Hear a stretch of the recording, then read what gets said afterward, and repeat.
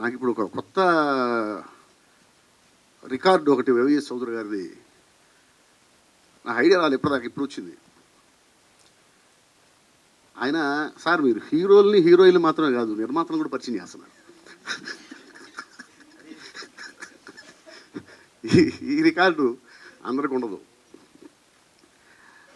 ఈరోజు ఈ కార్యక్రమం గురించి నాకు వైవిఎస్ చౌదరి గారు చెప్పినప్పుడు అండి, యాక్చువల్గా ఇవాళ చాలా టైట్ పొజిషన్ అది. కానీ నాకు కార్యక్రమం గురించి చెప్పగానే ఎంత ఆశ్చర్యపోయానంటే, ఒక సినిమా ప్రొడక్షన్ హౌస్ వాళ్ళు ఒక ప్రోగ్రామ్ పెట్టారు, ఫంక్షన్ చేస్తున్నారంటే ఇది సక్సెస్ మీటో లేకపోతే ప్రీ రిలీజ్ ఫంక్షనో లేకపోతే ఒక టీజర్ లాంచింగ్ అనో అట్లా ఏదో పెడుతుంటారు. కాదండి మనం తెలుగు భాషా దినోత్సవాన్ని చేస్తున్నాం అని చెప్పినప్పుడు నిజంగా ఎంత ఆనందం వేసిందంటే, ఎవరండి చేస్తుంది తెలుగు భాషా దినోత్సవం ఈ రోజున ఒక సినిమా ప్రొడక్షన్ హౌస్ చేస్తుంది అంటే హ్యాట్స్ ఆఫ్ సార్, మీకు నిజంగా హ్యాట్స్ ఆఫ్. చూడండి అక్కడ గిడుగు రామమూర్తి గారు, ఎన్టీ రామారావు గారు, హరికృష్ణ గారు తెలుగు భాషకి పట్టం కట్టినటువంటి మహనీయులు. ఈరోజు గిడుగు రామమూర్తి గారి పుట్టినరోజు, ఆయన పుట్టినరోజుని తెలుగు భాషా దినోత్సవంగా జరుపుకుంటున్నాము అంటే ఇక ఆయన గురించి ఇంతకంటే మనం ఎక్కువగా మనం అసలు ఇంతకంటే గొప్ప గౌరవం లేదు. ఆయన జన్మ సార్థకత అది. కేవలం గ్రాంధిక భాషతో రాస్తేనే అది సాహిత్యం, వ్యావహారిక భాషతో వాడితే అది సాహిత్యం కాదు, వాళ్ళు రచయితలు కాదు అనేటువంటి స్థాయి నుంచి వ్యావహారిక భాష కూడా భాషే, వ్యావహారిక భాషలోనే సాహిత్యం రావాలి, ఆఖరికి ఆదివాసీల భాషని కూడా, లిపి లేని భాషని కూడా ఆయన గౌరవాన్ని కలిగించినటువంటి మహనీయుడండి ఆయన గిడుగు రామమూర్తి గారు. ఇకపోతే ఎన్టీ రామారావు గారి గురించి కొత్తగా మీరు నేను చెప్పుకునేదేమి లేదు. తెలుగు భాష అంటే ఎన్టీఆర్, ఎన్టీఆర్ అంటే తెలుగు భాష.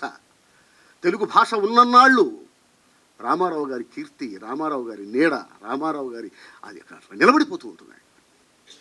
పార్లమెంటులో కూడా నిలబడి నేను తెలుగులోనే మాట్లాడతాను, వింటే వినండి లేకపోతే లేదు, నేను నా భాషలోనే మాట్లాడతానని చెప్పినటువంటి మహనీయుడు హరికృష్ణ గారు.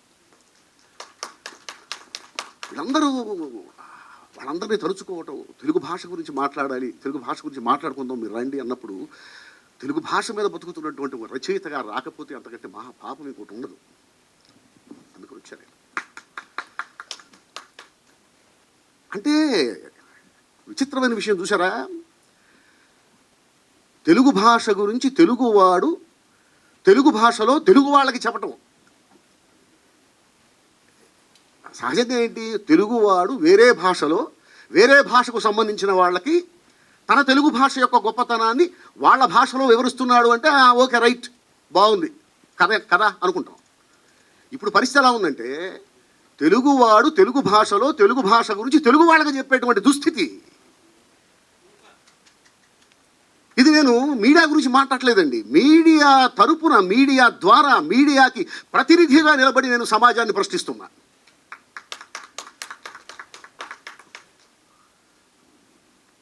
ఒకసారి అసలు పాఠశాలల్లో తెలుగు అభ్యసించాల్సిన అవసరం లేదు, తెలుగు భాష గురించి మాట్లాడాల్సిన అవసరం లేదు, తెలుగు బోధించాల్సిన అవసరం లేదు అన్న పరిస్థితులు మనం చూసాం, విన్నాం, దాని గురించి మాట్లాడుకున్నాం. అది కరెక్టే కదా అన్న వాళ్ళని కూడా చూసాం. ఎందుకు పనికొస్తుంది తెలుగు భాష, ఎవడు మాట్లాడుతున్నాడు తెలుగులో, దానివల్ల ఏమైనా ఉద్యోగం వస్తుందా, బ్రతుకు తెరువు ఉపయోగపడుతుందా? తెలుగు భాష బ్రతుకు తెరువు కాదు, బ్రతుకు తెరువు కాదు. బ్రతికించడానికి పనికి రావట్లేదని అమ్మని బయటికి పంపించేస్తావా? తెలుగు అంటే అమ్మ. మనం పుట్టినప్పుడు మనం ఏడ్చిన ఏడుపు కూడా తెలుగులోనే ఏడ్చాం, అప్పుడు అది తెలుగు భాష అని మనకు తెలియదు. ఎందుకంటే ఆ ఏడుపు వచ్చింది తెలుగు వాళ్ళు పంచిన రక్తంలో నుంచి, ఆ రక్తం ఉబికి తెలుగు కన్నీరే బయటికి వచ్చింది.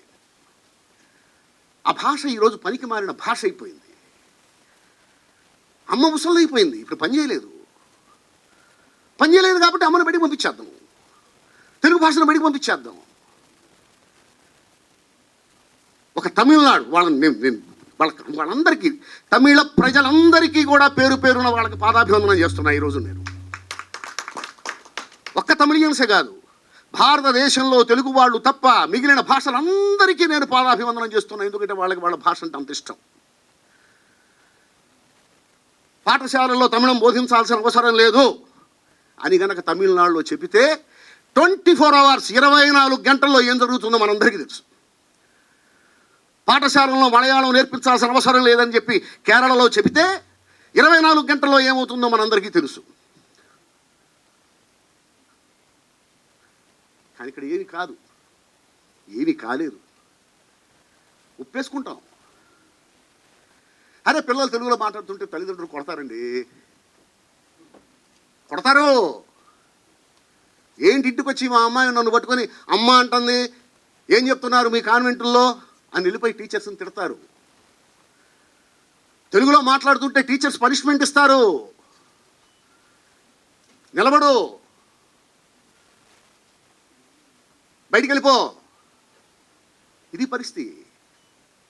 సమాజాన్ని నిర్మించేది తల్లిదండ్రులు, ఉపాధ్యాయులు. సమాజం ఏమైపోతున్నా దానికి కారణం ఆ ముగ్గురే.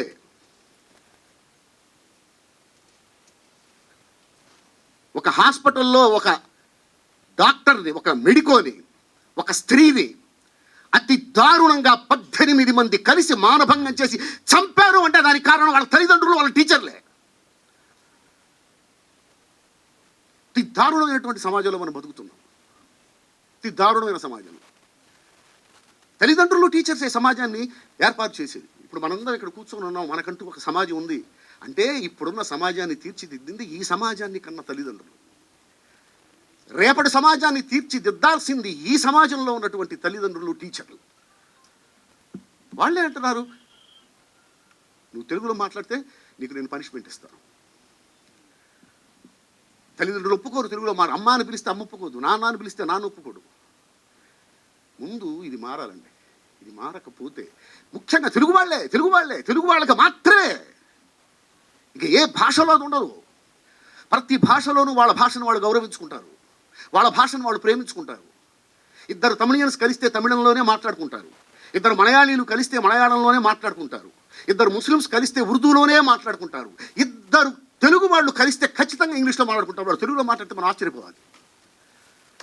అమ్మాయి తెలుగులో మాట్లాడుతున్నారే, ఆహా వీళ్ళకి తెలుగు భాష కొంచెం తెలుసండి, లేదా తెలుగు భాష మీద ప్రేమ ఉందండి. ఇది పరిస్థితి. ఇప్పుడున్న సమాజం ఇలాగే కొనసాగితే కొన్నేళ్ల తర్వాత ఒకప్పుడు భారతదేశంలో తెలుగు అనే భాష కూడా ఒకటి ఉండేదంట అని చెప్పుకునే పరిస్థితి వస్తుంది. అప్పుడు మనకంటూ ఒక ఉనికి ఉండదు, మనం ఎవరమో మనకే తెలియదు, మన చిరునామా మనకి తెలియదు. ఎవరండి మీరు అంటే దానికి సమాధానం మన దగ్గర ఉండదు. నా తల్లిదండ్రులు, నా ఉపాధ్యాయులు నన్ను చాలా గొప్పగా తీర్చిదిద్దారు. నా పిల్లల్ని కూడా అలా తీర్చిదిద్దాల్సినటువంటి బాధ్యత నా మీద ఉంది, నా భార్య మీద ఉంది, వాళ్ళ టీచర్స్ మీద ఉంది. కావచ్చు అందరూ తల్లిదండ్రులాగే నేను కూడా నా పిల్లల్ని ఇంగ్లీష్ కాన్వెంట్స్లోనే చదివించి ఉండొచ్చు, కానీ వాళ్ళకి తెలుగు రాకుండా మాత్రం లేదు. ఖచ్చితంగా ప్రతిరోజు 1 గంట తెలుగు చదవాల్సిందే. ఇంట్లో తెలుగులోనే మాట్లాడాలి, తెలుగులోనే మాట్లాడాలి. వాళ్ళ కాలేజీలో వాళ్ళు ఏం మాట్లాడుకుంటారో నాకు అనవసరం. అసలు అమ్మని అమ్మ అని అనాలి, అమ్మను పట్టుకుని శవమా అని పిలవకూడదు, నాన్నని నాన్న అని పిలవాలి. చాలా బాగుంటుంది, చాలా బాగుంటుంది. తెలుగు పద్యాలు నేర్చుకోవాలి, వేమన పద్యాలు నేర్చుకోవాలి, దాశరథి శతకాలు నేర్చుకోవాలి, సుమతి పద్యాలు నేర్చుకోవాలి. ఎందుకంటే వ్యక్తిత్వం వచ్చేది అక్కడి నుంచే. ట్వింకిల్ ట్వింకిల్ లిటిల్ స్టార్ అంటే వ్యక్తిత్వం రాదు. ఏమొస్తుంది వ్యక్తిత్వం? దాని అర్థం ఏమిటి? ఒక వేమన పద్యం నేర్చుకుంటే ఎలా బతకాలో తెలుస్తుంది, ఒక సుమతి శతకం నేర్చుకుంటే ఎలా బతకాలో తెలుస్తుంది, ఏది తప్పో తెలుస్తుంది, ఏది ఒప్పో తెలుస్తుంది. తెలుగు చాలా గొప్పదండి. ఇటాలియన్ ఆఫ్ ఈస్ట్ అంటారు, నేను అది కూడా గ్రేటర్ దాన్ ఇటాలియన్. తెలుగు భాషకి మాత్రమే సంబంధించిన కొన్ని అంశాలు ఉన్నాయి సాహిత్యంలో. పద్యం తెలుగులోని మాత్రమే రాయాలి, తెలుగులో మాత్రమే రాయగలరు, ఇంకే భాషలోనూ పద్యం రాయలేరు. అంత గొప్ప వ్యాకరణం మనకుంది, అన్ని అక్షరాలు మనకున్నాయి, అన్ని ఒత్తులు మనకున్నాయి. ఇంగ్లీష్ టైపింగ్తో తెలుగుని డిటిపి చేసేటువంటి పరిస్థితి వచ్చిన తర్వాత, అంటే ఇంగ్లీష్ లెటర్స్ మీద తెలుగు టైపింగ్ చేసేటువంటి పరిస్థితి వచ్చిన తర్వాత, ఈ స్మార్ట్ ఫోన్లు, ఈ ల్యాప్టాప్లు వచ్చిన తర్వాత, తెలుగు లెటర్స్లో ఇంగ్లీష్ లెటర్స్లో తెలుగు టైపింగ్ చేయటం కోసం అని చెప్పి కొన్ని అక్షరాల్ని లేపేశారు. ఎందుకు లేపేశారంటే కుదరక. అది తెలుగు. ఇక ఏ భాషలోనూ అక్షరాలను తీసేయాలి, ఎందుకంటే అన్ని భాషల్లో అన్ని అక్షరాల్లో వాళ్ళు టైప్ చేయగలుగుతున్నారు. ఇంగ్లీష్ అక్షరాల్లో వేరే వేరే భాషల్లో ఒక్క భాష కూడా ఎత్తేయకుండా టైప్ చేయగలుగుతున్నారు. బట్ తెలుగులో మాత్రం అది కుదరటల్లా, కొన్ని అక్షరాలు తీసేయాల్సి వచ్చింది. అంత గొప్ప భాష తెలుగు భాష. చా, ఛ, సా, వాళ్ళు చా కొట్టగలుగుతున్నారు, ఛా కొట్టగలుగుతున్నారు, చా వాళ్ళ వల్ల కావట్లా. వాళ్ళ వల్ల కాక అక్షరాన్ని లేపేశారు.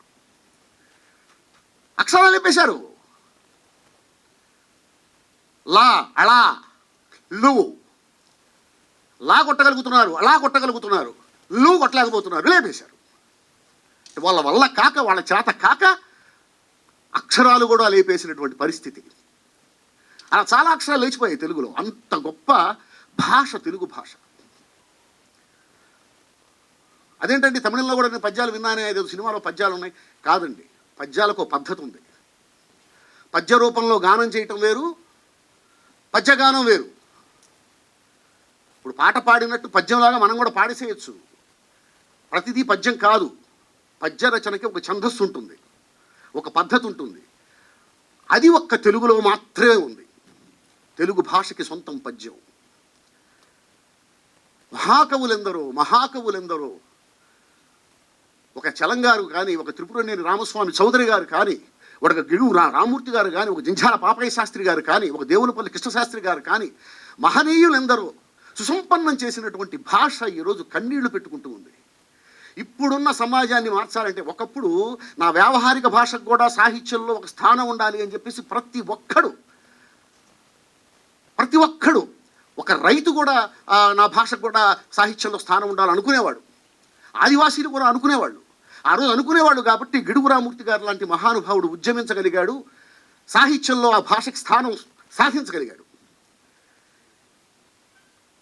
కానీ ఇప్పుడు తల్లిదండ్రులు, ఉపాధ్యాయులే తెలుగు భాష అక్కర్లేదు అనేటువంటి పరిస్థితిలో ఉన్నప్పుడు గిడుగు రామూర్తులు 100 మంది పుట్టినా ఇప్పుడున్న సమాజాన్ని మార్చలేరు.